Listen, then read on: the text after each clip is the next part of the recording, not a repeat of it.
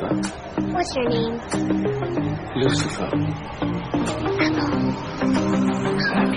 I am a devil of my word.